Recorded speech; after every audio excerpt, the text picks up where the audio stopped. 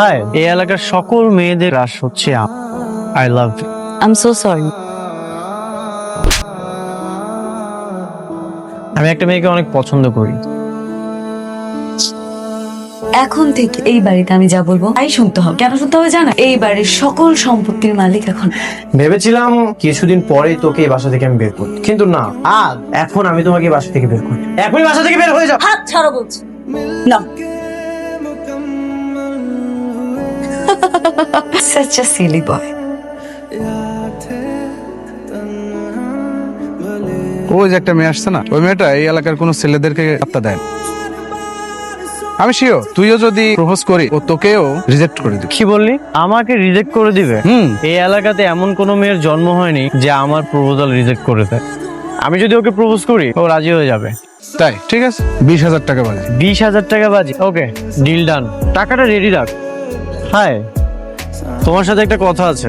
হ্যাঁ বলুন। ওর তো কোচিং এর দেরি হয়ে যাচ্ছে, বলবেন একটু তাড়াতাড়ি বলুন। তুমি আমাকে চেনো? হ্যাঁ, আপনি তো এই এলাকারই, আর আপনার বাবার কারণে আপনাকে কম বেশি সবাই চেনে, না চিনার কি আছে। এটা তুমি জেনে থাকবে এলাকার সকল মেয়েদের ক্রাশ হচ্ছে আমি। তোমার মতো সুন্দরী মেয়েরা আমার সাথে প্রেম করতে চায়। তা ঠিক আছে, কিন্তু এটা জেনে আমার লাভ কি? সবাই আমাকে ভালোবাসলেও আমার কাউকেই পছন্দ হয়, কিন্তু তোমাকে আমার ভালো লাগছে। I love you. I am so sorry. আমি এখন ভালোবাসা আর প্রেমের মধ্যে জড়াতে চাই না। এই রিকশা, তুমি আমাকে রিজেক্ট করেছো, এই পরিণাম কি হতে পারে আমার কোনো ধারণাই নেই। তোমার চোখ, তোমার ঠোঁট অনেক মায়াবী। তোমার কিন্তু আমার অনেক ভালো লাগছে। অসভ্য বেয়াদবি। রাস্তাঘাটে মেয়ে মানুষ দেখলে আর হুঁশ থাকে না, না গায়ের মধ্যে পড়তে ইচ্ছা করে। ফাজিল একটা। তুই কি ভেবেছিস তুই আমার ওড়না ধরে টান দিবি আর আমি লজ্জায় গুটিয়ে যাব? তোকে প্রথম চটটা মেরেছি তোর ব্যবহারের জন্য, আর দ্বিতীয় চটটা কেন মেরেছি জান? যাতে আজকের পর থেকে কোনো মেয়ের মানহানি করার একবার হলো তুই ভাবিস। মনে রাখিস। চল মায়া। কি লজ্জা, কি লজ্জা। একটা থাপ্পড়ি দিয়েছে তো, ভুলে যা। ওর আমি এমন অবস্থা করব, ওর পরিণাম অনেক ভয়াবহ হবে। এমন ভাবে জবাবটা দিব সারা জীবন মনে রাখবে। বাবা, আমি একটা মেয়েকে অনেক পছন্দ করি। এই যে মেয়েটার ছবি, ছবির পিছনে নাম, অ্যাড্রেস, ইনফরমেশন সবকিছু লেখা আছে। তুমি এই মেয়েটার সাথে বিয়ের ব্যবস্থা করো। ওর যে লাইফ স্টাইল, আমি চাই না তোর সঙ্গে কোনো মেয়ের বিয়ে হয়ে তার জীবনটা নষ্ট হোক। এতদিন তো আমাকে অনেক কিছুই বলেছো, আমি তোমার কোনো কথাই শুনি। বন্ধুদের সাথে আড্ডাবাজি বন্ধ করতে বলেছো, সেটাও শুনি। অফিসে যেতে বলেছো, সেটাও যাইনি। এখন থেকে আমি তোমার সব কথাই শুনি। শুধু এই মেয়েটার সাথে আমার বিয়ের ব্যবস্থা করো। ঠিক আছে, এই মেয়ের সাথে তোর বিয়ের ব্যবস্থা করতেছি। আপনি আমার বাসায়? আমি একটা প্রস্তাব নিয়ে এসেছি। প্রস্তাব? কিসের প্রস্তাব? আমার একমাত্র ছেলে তানিম, আমার অবর্তমানে সবকিছু ওই পাবে। আমার ছেলেটা আপনার বড় মেয়েকে পছন্দ করেছে। আমি চাই আপনার মেয়েকে বৌমা করে ঘরে নিয়ে যেতে। ভাই সাহেব, আমার বিয়ের পড়াশোনা এখনো শেষ হয়নি। আমরা এখনো ওর বিয়ের ব্যাপারে কিছু ভাবছি না। আপনি এগুলো নিয়ে একদমই চিন্তা করবেন না। পড়াশোনার কোনো ক্ষতি হবে না। ওকে যত ধরনের সাপোর্ট দেওয়া আমরা দিব। বাবা, মারিয়া তো বড় হয়েছে। আমার মনে হয় যে আমরা সিদ্ধান্ত না দিয়ে বরং মারিয়াও সিদ্ধান্তটা দেখ। মারিয়ার মা, মারিয়াকে একটু আসতে বলো। একটু আপু ডেকে নিয়ে আসো। যাও। যেভাবে হোক নারীকে রাজি কর, আমি ওকে বিয়ে করব। চিন্তা করিস না। কি বলিস? গতকালকে ছেলেটা আসছে? যত হয়তো নির্লজ্জ বেহাদের মতো বাসা পর্যন্ত চলে আসছে। বের হন কোথায়? কি ধরনের কথাবার্তা? মানুষ কি বলবে? ওনারা ওর জন্য বিয়ের প্রস্তাব নিয়ে আসছে। বিয়ে? কাকে বিয়ে করব? এর মতো চরিত্রহীন লম্পট ছেলেকে বিয়ে করব? যে ছেলে কিনা রাস্তাঘাটে মেয়ে মানুষ দেখতে হুঁশ থাকে না, ওন্না ধরে টানাটানি করে, তাকে বিয়ে করব আমি?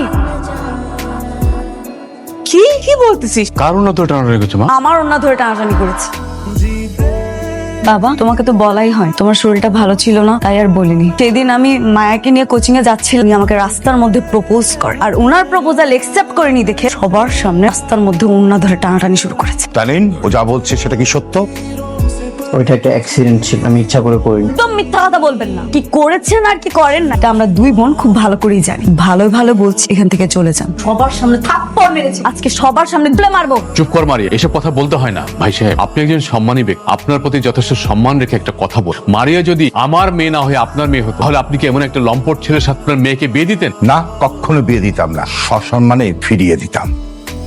আমি সেটাই চাচ্ছি। সরি, আমার ছেলে যে এত জঘন্য একটা কাজ করেছে যদি জানতাম, আমি বিয়ের প্রস্তাব নিয়ে আসতাম না। সরি। তানিম, চল। তোকে আমি আমার বউ বানাবোই, তুই আমার হাত থেকে বাঁচতে পারবি না। বাসা মরার লড়াই তো পর, ওই দিন রাস্তার মাঝখানে তো খাপড় মান, বাসায় গেলে সেখানে তোকে দেখো। এত কিছুর পরেও এত লজ্জা দেওয়ার পর মেয়েটাকেই তুই বিয়ে করবি? হ্যাঁ, আমি ওই মেয়েটাকেই বিয়ে করবো। ওকে আমি এমন শিক্ষা দিব মৃত্যুর আগ পর্যন্ত মনে রাখ। বিয়ে তো পরের কথা, ও তো রাজি হচ্ছে, তাহলে শিক্ষাটা দিবি কিভাবে? ওরা আমাকে বিয়েটা করতেই হবে, যদি সোজা কথায় কাজ না হয় তাহলে আঙুল বাঁকা করে দিই। এমনিতেই দেরি হয়ে গেল। ভাইয়া আমার তো দেরি হয়ে গেল। মায়া কোথায়? মায়া তো আজকে স্কুলে আসে না। কি বলেন, স্কুলে আসে না? ওর তো আজকে একা একাই স্কুলে আসার কথা। তাহলে আমার বোনটা গেল কই? আপা টেনশন নিয়েন না, দেখেন কোনো বান্ধবীর বাসায় গেছেন। এরকম তো হওয়ার কথা না। বোন হারিয়ে গেছে, খুব কষ্ট লাগতেছে। সাবধানে রাখ, তোমার তো আবার শত্রু আছে তাই না?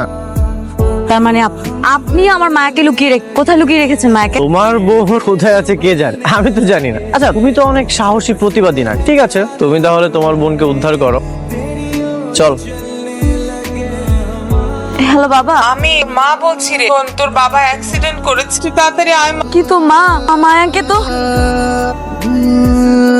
আস্তে বাবা। ইস, হাত পা কি করেছো? অনেক ব্যথা পেয়েছো? তুমি কি করো বলো তো? রাস্তাঘাটে একটু সাবধানে দেখে হাঁটবা না? সাবধানে তো ছিলাম, হঠাৎ করে একটা গাড়ি এসে থেকে ধাক্কা দেয়, আমার মাথায় কাজ করছিল না। জানিস মা, আমার কেন যেন মনে হচ্ছে কেউ উদ্দেশ্য প্রণোদিত ভাবে কাজটা করেছে। আচ্ছা, তুই একা কেন? মায়া কই? মায়াকে তো খুঁজে পাচ্ছি, স্কুলে গিয়েছিলাম, অনেক জায়গায় খুঁজলাম, কোচিং এও। ওই যে কি যেন নাম মেয়েটা, খালি মনে হয় ওর সাথে ছিল না। স্কুলে খোঁজ নিয়েছি, ও স্কুলে যায়নি। একজন মানুষ দুপুরের মধ্যে হারিয়ে যাবে। বাবা বাবা প্লিজ মা, তুমি বাবার দিকে রাখো, দেখি মায়াকে কোথাও খুঁজে পাই কিনা।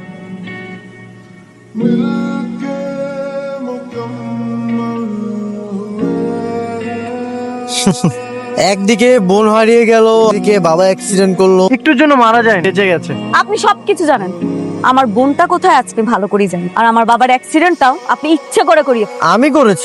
আমি তো কিছুই করিনি। কে তুই একটু আমার সার্টিফিকেট দিয়ে দে, ভালো মানুষ। ওই তো এলাকার সব থেকে ভালো পোলা, আর আপনার বোন হারাইছে বা বাবা একের জন্য কেন ওরে দায়ী? আপনি খুঁজে দেখেন, পেয়ে যাবেন। একদম মিথ্যা কথা বল, উনি প্রতিশোধ নেওয়ার জন্য পাগল হয়ে গেছে। করে বলেন তো আমার বোনটা কোথায়?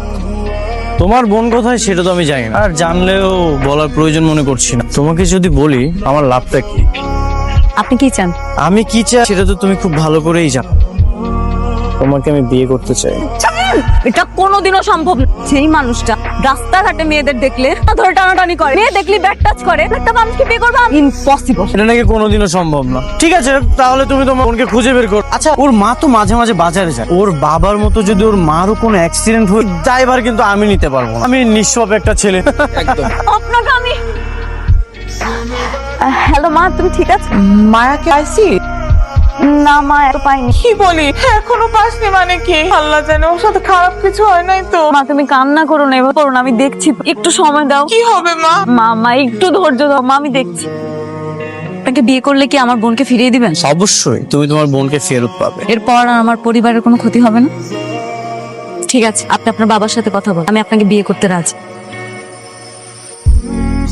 মা, ও মা, কোত্থেকে আসলি? কই ছিলি মা? কই ছিলি সোনা? লোক গোডাউনে আটকে রেখেছিল। তাই? ব্যথা পাওনি? তুমি আসলা কেমনে? ওরা এমনি ছেড়ে দিয়েছে। মায়া, তুই ভয় পাসনি তো? না বাবা, ওরা তো আমাকে কিছু করেনি। মা তুই ঠিক আছিস?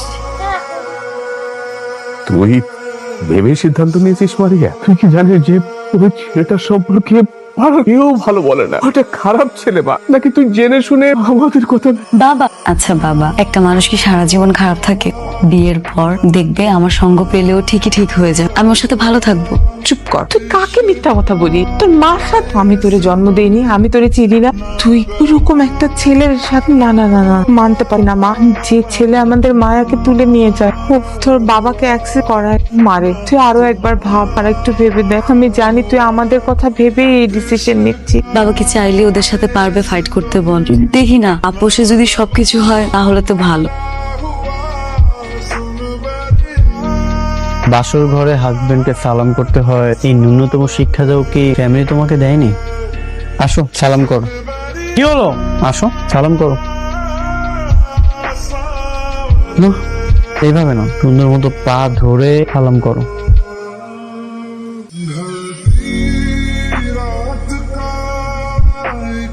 এই দিনটারই অপেক্ষায় ছিলাম।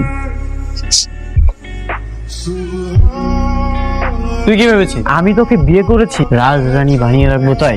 নো, আমি তোকে বিয়ে করেছি প্রতিশোধ নেওয়ার জন্য। তুই কি ভেবেছিস সেদিনের থাপ্পড় আমি ভুলে গেছি?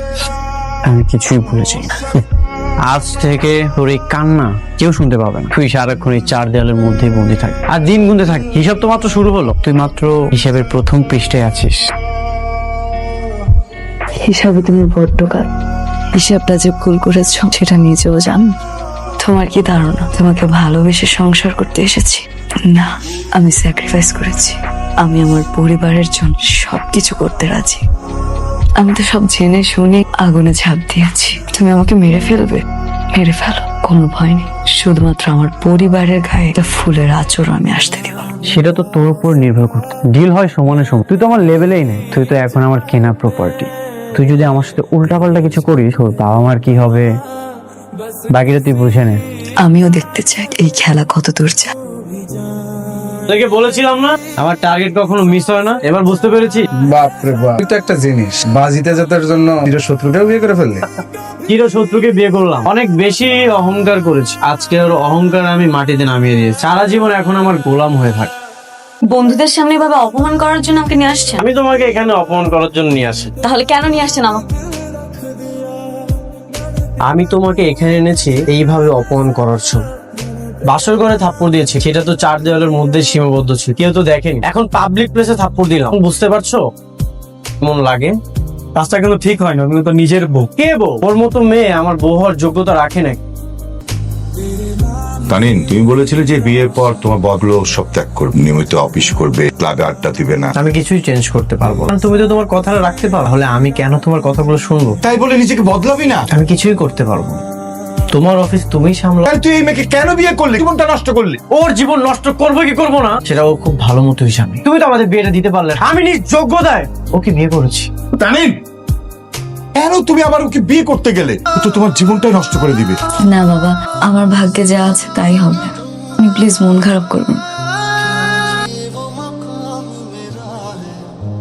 বৌমা, এ কি বাবা, আপনি কেন কষ্ট করে ছাদে আমাকে বল, আমি আপনার রুমে গিয়ে আপনার সাথে কথা বলতাম। সমস্যা নেই। আমার ছেলেকে তো আমি খুব ভালো করেই চিনি। আমার ছেলে তোমার ভবিষ্যের কথা চিন্তা করে আমি একটা কাজ করেছি। কি কাজ বাবা?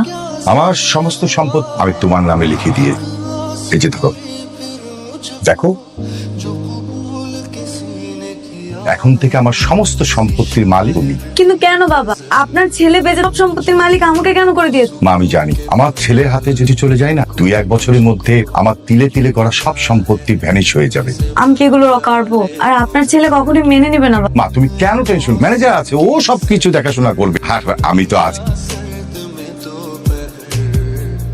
কি ব্যাপার, কোথায় যাচ্ছেন? বাইরে যাচ্ছি, ওদের সাথে আড্ডা দিব, তারপর একটু ক্লাবে যাবো। বাই দ্য ওয়ে, এইসবের কৈফিয়ত আমি কেন তোমাকে দিচ্ছি? নেক্সট টাইম থেকে এইসব আর আমাকে জিজ্ঞাসা করবে না। এখন থেকে আমাকেই কৈফিয়ত দিতে হবে। তোমাকে কৈফিয়ত দিতে হবে মানে? তুমি কে? তুমি জানো না আমার কাছে তোমার মূল্যায়ন কতটুকু? Past is past. এখন থেকে আমি যা বলবো তাই শুনতে হবে, তাই করতে হবে। উল্টা পাল্টা কথা বলো কিন্তু আমি তোমাকে। মেয়ে মানুষদেরকে অসহায় মনে হয়, মেয়ে মানুষরা অসহায় না। বাই দ্য ওয়ে, এখন থেকে এই বাড়িতে আমি যাব, তাই শুনতে হবে। কেন শুনতে হবে জানেন? কারণ এই বাড়িটা এখন আমার। এই বাড়ির সকল সম্পত্তির মালিক এখন আমি। এই সকল সম্পত্তির মালিক হচ্ছে আমার বাবা। কিছুদিন পরেই এই সকল সম্পত্তির মালিক হব আমি। ভেবেছিলাম কিছুদিন পরেই তোকে এই বাসা থেকে আমি বের করব, কিন্তু না, আজ এখন আমি তোমাকে এই বাসা থেকে বের করব। তুমি বাসা থেকে বের হয়ে যাও। হাত ছাড়ো বলছি। আপনি মনে হয় বুঝতে পারছেন না, বলার চেষ্টা করছি। আর সুবিধার্থে প্রমাণ সহ আপনাকে দেখিয়ে দিই। না, পড়ে দেন। কি এটা? Divorce letter? পড়েই দেখেন নাকি? এইসব মিথ্যা দলিল বানিয়ে আনলে কি প্রমাণ হয়ে যায় সকল সম্পত্তির মালিক তুমি? Such a silly boy.